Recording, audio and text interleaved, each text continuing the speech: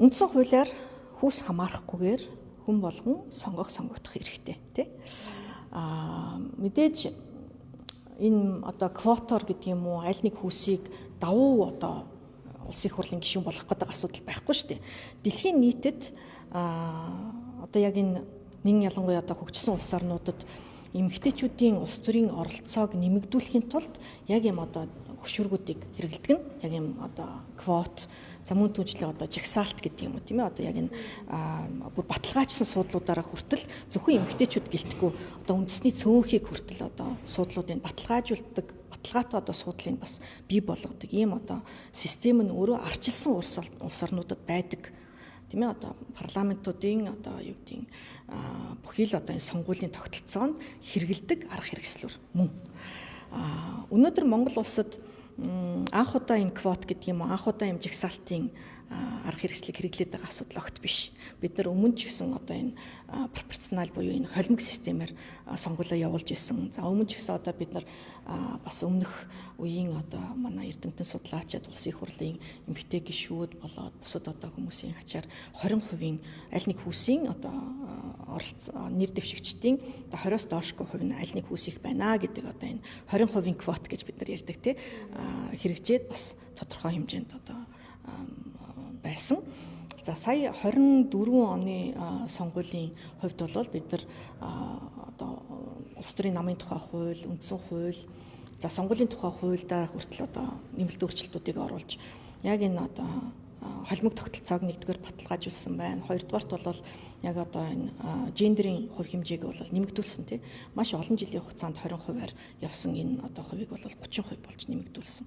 За эргүүлээд бол 28 онд 40% байна буюу улс төрийн намууд сонгуульд нэр дэвшигчтэй дэвшүүлэхдээ аль нэг хүүсийн одоо 40-оос доошгүй хувийн оролцоотой байна гэдэг ийм одоо хуулийг баталчихсан байгаа буюу одоо энэ дээр ямар нэгэн байдлаар бид нар шинээр батлах шаардлагагүй баталчихсан байгаа ийм одоо хууль байна. Тэгэхээр Монгол улсын хувьд Аз номхон далайн бүс дэлхийн түвшний одоо юу гэдэг нь гендерийн оролцоог бас үнэлдэг. Дэлхийн бусад улс орнуудын яг энэ арчлалын индекс болон одоо бусад энэ хөгжлийн үе шатын нь бол яг энэ шийдвэр гаргах төвшөнд эмэгтэйчүүдийн оролцоогоор нь хүртэл яг энэ одоо юу гэдэг хөгжлийн төвшнийг дүгнээд байгаа байхгүй. Тэгэхээр манай Монгол улсын хувьд бол 24 оны хувьд 32 улсын их хурлын эмэгтэй гишүүнтэй болсон нь нийт 126-гийнхаа 25%-ийг л бүрдүүлж байгаа. 25% гэдэг нь бол дэлхийн 29 дундаж хувь байгаагаас одоо гүцэхгүй дэлхийн одоо дундчтай хүрээгүй байна гэсэн. Магадгүй одоо Аз номхон далайн бүстэй одоо тэргүүн игнэнд орж иж магадгүй. Гэхдээ энэ бол өөрөө бас нөгөө Азийн соёл гэдэг ч юм уу тэр одоо хөгжилтэй орж байгаа.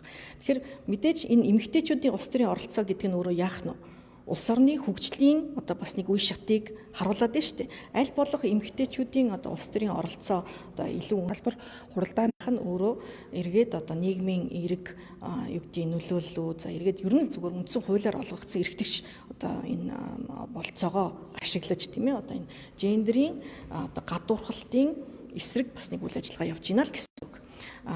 Яг одоо бол зүгээр цөөн гишүүдийн эмэгтэй гишүүдийн нэг ялангуяа тийм ээ одоо өнгө зүс хэлсэн одоо үг гэдэг юм уу байгаа байдал дээр нь суйрлаж шүүмж явуулаад эргээд нийтлэг одоо юу гэдэг гендерийн квотыг одоо үгүйсгээд ер нь нийт одоо эмэгтэй гишүүдийн улс төрийн оролцоог үгүйсэх нь бол өөрөө маш өрөөсгөл юм аа. Тэгэхээр энэ бол дөнгөж одоо бий болж байгаа асуудал биш. Энэ өмнөх одоо парламентуудын үедж байсан ер нь дэлхийн нийтдээ ч гэсэн эмэгтэй улс төрчдийг илүү хурц одоо хараан доор одоо илүү одоо шүүмжлэлт одоо өртдөг гэдгээрээ бол одоо юу гэдэг тухайлсан бараг шинжлэх ухаан болох үс одоо ийм хэмжээнд төрчээд байгаа байхгүй яг тэгвэл энэ чинь өөрөө гендер суурилсан хүчирхийллийн нэг одоо хэлбэр болж байна гэдгээрээ бол нүүбийн одоо тусгаалсан байгууллагууд хүртэл одоо үүн дээр ажилладаг. Тэгэхээр эрэгтэй гишүүд бүгдээрээ ёс зүйтэй юу? Эрэгтэй гишүүд алдаа дутагдал гаргадаггүй юу? Гэдгийг бид бас нөгөө өнцгөөс нь харах юм бол тэр байтугай ч гэсэн одоо бас гишүүд байгаа шүү дээ тийм ээ. Одоо өмнө ч гэсэн байсан. Өмнө ч гэсэн одоо юу гэдэг нь чуулганы танхим дотор одоо хэрүүл байтугай зодон гэдэг юм уу тийм ээ. Одоо тийм нөхцлүүд ч гэсэн Монгол улсад гэлтгүй дэлхийн нийтдээ хүртэл байдаг шүү дээ. Тэгэхээр хувь нэг гишүүний алдаан дээр суйрлаж нийт гишүүд одоо нийт тухайн хүүсийн одоо гэдэг юм уу эмэгтэй гишүүдийг нэгдүгээрт үгүйсгэх. эмэгтэй гишүүдийг үгүйсгэхээс гадна нийт одоо ер нь энэ 126 болохгүй байна. Ер нь парламент өөрөө болохгүй байна гэдгийг одоо үгүйсгэх нь бол өөрөө бас маш өрөөсгөл. Энэ бол одоо юу гэдэг буруу шүү дээ. Тийм ээ. Тэгэхээр Монголд одоо Монгол арчилсан одоо улс юм бол бид нар парламентын тогтолцоон дээр л байх ёстой. Парламентын тогтолцоо байгаа юм бол улсын их хурлын гишүүд байна. Улсын их хурлын гишүүд улс төрийн намуудаасаа байна. Улс төрийн намуудын тэгвэл хөгжил ямар байгаа юм бэ гэдгийг ч гэсэн бид нар ярих ёстой тийм. Тэгэхээр эмэгтэй гишүүн гэдэг дээр болон заавал яг ингээд юу яа тухайлах гээд байгаа даа биш л дээ. Ер нь бол мэдээж хэрэг ард түмнээс сонгогдсон гишүүдийн хувьд тэр хүмүүсийн хувьд арай бусдаас илүү өөр нөгөө ёс зүйтэй, ёс суртахуунтай байх ёстой байх гэдэг үүднээс илүү хүмүүс нөгөө нэг анхаарлыг хандуулад байгаа.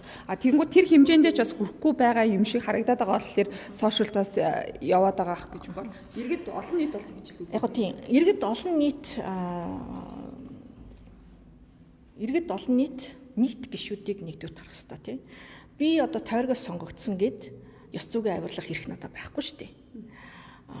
Зөвхөн жагсаалтынх одоо байлаа гэд юу гэдгийг ямар нэгэн эмоц гаргаж болохгүй эсвэл одоо таг дууга бай гэдэг юм уу эсвэл одоо юу гэдгийг өдөр болгон одоо дээлээ өмс гэдэг ч юм уу эсвэл одоо үсгэцгээ боо гэдэг ч юм уу эсвэл одоо юу гэдгийг те нөгөө юм хийсвэр шалгуур тавих гэдэг нь шүү дээ. Одоо ёс зүйтэй бай гэдэг нь яг юу юм те одоо хариуцлагатай бай гэдэг нь одоо бас яг юу гэдгийг одоо бас нөгөө ингэж ёс зүйг хуульчилсан гэдэг юм уу хуульчлах бас их хүнд. За одоо юу гэдгийг хүнтэй хүний харилцааны одоо яг тэр одоо элементүүдийг юу гэдгийг нэг нь адилхан одоо авир гаргалаа гэхэд нэгэн дээр нь ийм шалгуур тавьчихад нэгэн дээр нь тавихгүй байгаад байгаа байхгүй. Ялгарлан гадуурхаад байгаа эцтэй.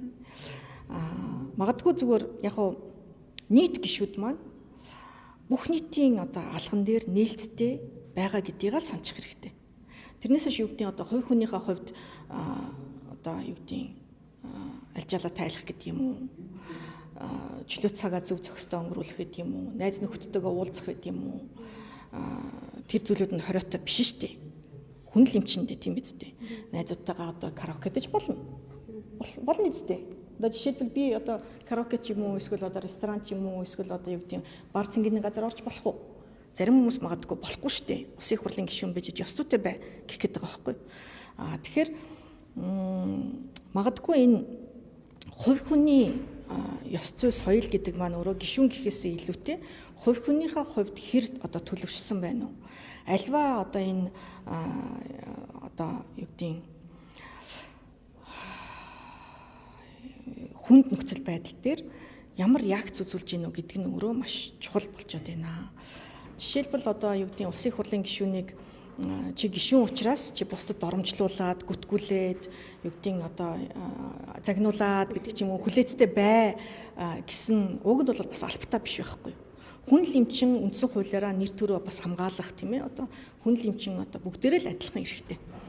Тэгэхээр чи гишүүн учраас чамайг хүмүүс доромжилж ивэл чи хүлцэнгүй бай. Угасаал гишүүн юм чин. Одоо хинч чамайг одоо юу гэж доромжилсан бэ? Чи реакц үзүүлж болохгүй гэж бидний хүлээлт бол тийм байгаад байдаг те. Гэхдээ тэр одоо цаад хүмүүс маань өөрөө хэдий төвчээртийн бас одоо тийм одоо юу гэдэг эргээд одоо энэ сошиал дээр одоо эргээд үзүүлж байгаа энэ үйлдэл нь сөрөг реакц нь өөрөө хуульчлагдаад чи одоо бусдыг юу гэдэг одоо ийм реакц үзүүлж болохгүй гэж хуульчилсан байхгүй байгаа учраас яг одоо хэлэхэд бол хүнд байна. Гэхдээ мэдээж бол гишүүнлийн бол бас тодорхой хэмжээнд төвчээртэй, хүлээцтэй байх нь бол бас байх ёстой. Бидний хувьд бол юу гэдэг нөгөө нэг хуульчлаагүй байгаа учраас ямар нэгэн байдлаар энэ хүнийг одоо ингэж харьцаж байгаа учраас одоо эргүүлэн тат гэдэг ч юм уу ийм асуудал бол байхгүй. За ер нь бол одоо яг энийг яг тийм агуулгаар нь хуульчлах нь ч гэсэн хэцүү. Ягаад гэвэл яг үнэхэрийн одоо гэмт хэрэг үлдээд үнэхэрийн одоо тэр байтугай одоо нэрэл одоо тийм ээ одоо тэр байтугай үйлдэлүүдийг гаргасан хүмүүстээр бид нар хариуцлагын тооцож чадахгүй байгаад байна шүү дээ.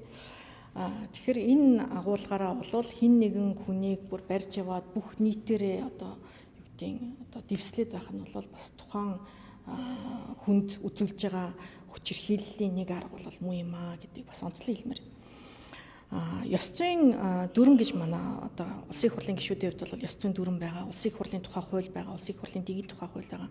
Улсын их хурлын тухай хуулиар болон улсын их хурлын дэгийн тухай хуулиар бол гишүүдийн одоо юу гэдэг чуулгандаа оролцоо, ажиллаа хийх ёстойгоо эрх үүргэн, бусдыг одоо юу гэдэг гэмт хэрэгт одоо гүтгэнд оромжлохгүй байх, тийм ээ, одоо бусдыг гэмт хэрэг болон одоо гэмт хэрэгт гүтгээгүй, доромжлоогүй, одоо доромжлох гүтгэхээс бусад одоо тохиолдолд бол одоо хэлсэн үгэндээ хариуцлага хүлээхгүй гэдэг заалт байдаг. Тэгэхээр яах гэдэг нь вэ гэхээр нөгөө талдаа энэ өгүүлбэр нь юу вэ гэхээр бусдыг гүтгэж буюу одоо доромжилж болохгүй л гэдэг өгүүлбэр улсын их хурлын тухай хуулиар байх гэдэг шүү дээ. Тэгэхээр улсын их хурлын гишүүд ч гэсэн өнөөдөр чуулганы танхимд одоо юу гэдэг хоорондоо мэтгэлцэхтэй гэдэг юм уу, эсвэл одоо юу гэдэг өөр байр суурьтай байхдаа нэгнийгээ бас гүтгэх, доромжлох үдлүүд маш ихээр гараад идэг байхгүй. Тэгэхээр энийг бол өөрөөсөө бас эргээд би одоо бүрэн эрхтэй дархлаачсан, хамгаалагдсан гэж ойлгоод байдаг. Гэтэл үгүй, одоо бусдыг гэмт хэрэгт гүтгэх, доромжлох нь хоос бусад одоо тохиолдол хамгаалагдсан байгаа гэдгийг бид нар санах хэрэгтэй. Улсын их хурлын гишүүнийг одоо юу гэдэг тухайн хуулийн заалтыг зөрчсөн байна гэдгийн тэгвэл хин тогтоох юм. За хин нэгэн одоо юу гэдэг те нөгөө шүүхэд хандах ёстой мó, эсвэл одоо ямар процедураар тухайн одоо хуулийн заалтыг зөрчсөн байна вэ гэдгийг тогтоох вэ гэдэг нь хүртэл одоо бас эргээд одоо нэг кейс үүсч байж тэгээд эргээд нөгөө болно болохгүйгийн зааг нь гарах гэдэг нь шүү дээ. 126 гишүүн гэдэг бол бүгдээрээ л адилхан нийгмийн төлөөлөл, бүгдээрээ л адилхан хүн учраас хувь одоо гишүүний нэг удаагийн гэдэг юм уу, одоо хэд хэдэн удаагийн ийм сөрөг реакц гаргаж байгаа гэдэг ч юм уу, ийм одоо үйлдэл байж болно. Энэ гэхдээ одоо баг байгаасаа хувь хүнийхээ хувьд өөрөө одоо бас ухамсарлаж өөрийгөө засаасаа гэж хүсмээр байна. Яг тэгэхээр яг түүн дээрээ суурлаа зөвхөн тэр нэг одоо хүнээсээ гадна нийт одоо жишээлбэл одоо эмэгтэй гишүүд бөөнөрөө, эсвэл одоо жагсаалтын нийт гишүүд бөөнөрөө, за цаашлаад одоо 126 гишүүн гэдгээрээ тийм үү, нөгөө талаараа бүр томоор авч үзэх юм бол төр засаг гэдэг юм уу тий, одоо энэ нийт одоо шийдвэр гаргаж байгаа хүмүүсийн нэр хүндэд сөргөөр нөлөөлж ийнэ гэдгийг бас ухамсарлах хэрэгтэй. Тэрнээс биш хувь хүнийхээ хувьд өөрийгөө яаж илэрхийлэх, ямар үйлдэл гаргах бүрэн эрх нь бол байна. Хууль битгий зөрчөөсөө тэгээд жохон бусдыгаа бодосоо л гэж хүсмээр байна да. Өөрөөр бол одоо үнэхээр хэлэхгүй байхгүй. Тэгэхгүй бол одоо юу гэдэг өөрөө нэг цагаахан гэгийнхэн амтан шиг бусдыг бол бас дүгнэж чадахгүй. Мэдээж одоо миний уур хүрсэн үед хүн ууртаа үедээ ямар ч авир гаргадаг штеп. Та нар ч гэсэн одоо гэртээ юу гэдэг одоо сошиал дээрч бай хүнтэй шүргөөцөлдөх үед бас гэл судаггүй л үстэй те. Тэгэхээр чи хувь хүн гэдгээр нь бас нэг талдаа харж бас өршөөнгөө хандаасаа гэж хүсмээр байна. Тэр хүн өөрөө бас улсын их хурлын гишүүнийхээ үүргийг бас сайн биелүүлээсэй. Тийм ээ. Тэгэхээр энэ дээр бол бас хүлээцтэй хандаасай. Нөгөө талдаа бол яг одоо эмгтэй гишүүдийг бүр тусгаалж авч үзээд ингэж одоо шүүмжилдэг нь бол хурц хараан доор байлгадаг нь анхны үзэгдэл биш. Цаашлаад ч гэсэн байна. Энийг бол тэгээд нөгөө тойргоос сонгогдоход эмгтээчүүдэд хамгийн том одоо сөрөг нөлөөлөл болдог нь бол бас яг энэ шалтгаан бол мөн. Яг тэгвэл одоо юу гэдэг Нэгдүгээрт яг сонгуулийн тогтолцоо маань маш их хөрөнгө мөнгийг шаардаад байдаг тийм. Нэгдүгээрт эмэгтэйчүүд санхүүгийн одоо энэ санхүүгийн боломж багтаа. Яг тойргоос сонгогдоход бол маш хүндрэлтэй байдаг. Хоёрдугаарт бол яг иргэн сонгогч саналаа өгөхдөө эмэгтэйчүүдэд хандахдаа илүү одоо юу гэдэг хурц нүдээр хурц өнцгөр хараад идэг. Тэгэхээр сонгогдох магадлал бага байдаг учраас өдийг хүртэл манай одоо парламентын 8-9 удаагийн парламентын эмэгтэйчүүдийн оролцоо 10% байсан тийм маш бага байсан. За тэгээд ийм учраас бусад улс орнууд яадаг вэ гэхээр яг ийм одоо квотын хөшүүргээр жагсаалтаар квотоор эмэгтэйчүүдийн олноор нь дэмжиж гаргаж ирдэг. Одоо ч гэсэн 25% байна гэдэг нь бол уг нь бол бага. Дэлхийн одоо дундаж төвшөндөө ядаж одоо хүрэх тийм ээ одоо 30%. Уг нь бол хүүсийн тэнцвэр гэдэг чинь 50-50% шүү дээ. Тэгээ 50-50% болий. За ядаж одоо тэгээд одоо байгаа хэмжээндээ байгаа одоо энэ хэлбэрээрээ хэсэг яваад нийт эмэгтэй гишүүдийн одоо юу гэдгийг хэтэрхий цөөхөн одоо ховор үзэгдэл байгаа учраас энэ олон эмэгтэйчүүд дотроос одоо шигшигдэж хамгийн шилдэг нь хамгийн хөөрхөн нь хамгийн сайн нь гараасаа л гэдэг бидний хүлээлт байгаад байна шүү дээ. Гэтэл амьдрал өөрөө бас тийм биш байгаад байна. Одоо юу гэдэг тарган туранхаа байна. Одоо юу гэдэг хувь хүнийхээ хувьд ч гэсэн өөрөөр байгаад байна. Тэгэхээр хүн лимчин ялгаатай байдлыг одоо бас хүлээн зөвшөөрөөч гэж хүсмээр байна. Гишүүд хувь нэг гишүүн одоо альва өөрчлөлтийг хийхэд бас хүнд байдаг. Энэ бол нийт 126-аараа тийм ээ одоо нийт парламентын мэтгэлцээний хувьд одоо альва бодлого шийдвэр гаргадаг учраас хамтын шийдвэр байдаг юм аа.